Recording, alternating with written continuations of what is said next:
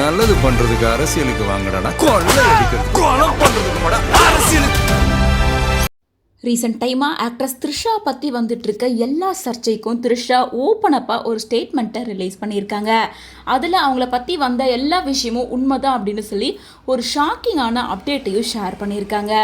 அதாவது ரீசெண்ட் டேஸாக ஆக்ட்ரஸ் த்ரிஷா கூட ஆக்டர் விஜய்க்கு ரிலேஷன்ஷிப் இருக்குது அப்படின்னு பல சர்ச்சையான விஷயங்கள் போயிட்டு இருந்துச்சு. அதுக்கப்புறமா ரீசெண்ட் டைமாக ரொம்ப அதிகமாக அவங்க சினிமா விட்டு விலக போகிறாங்க.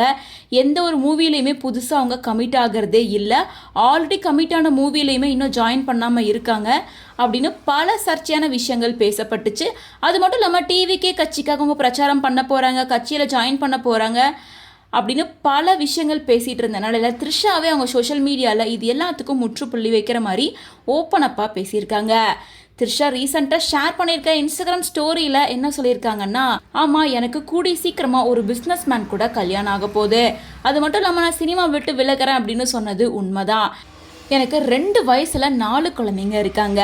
இது கூட உங்களால் வேறு ஏதாவது சேர்க்கணுன்னு ஆசைப்பட்டீங்கன்னா உங்கள் கற்பனையில் ஜாயின் பண்ண முடிஞ்சிச்சுன்னா ஜாயின் பண்ணிக்கோங்க அப்படின்னு ரொம்ப கிண்டலாகவும் ரொம்ப ஃபன்னியாகவும் இந்த ஸ்டோரியை ஷேர் பண்ணியிருக்காங்க. ஏன்னா ரீசெண்ட் டைமாக த்ரிஷா பற்றி பல சர்ச்சைகள் வந்திருக்கு.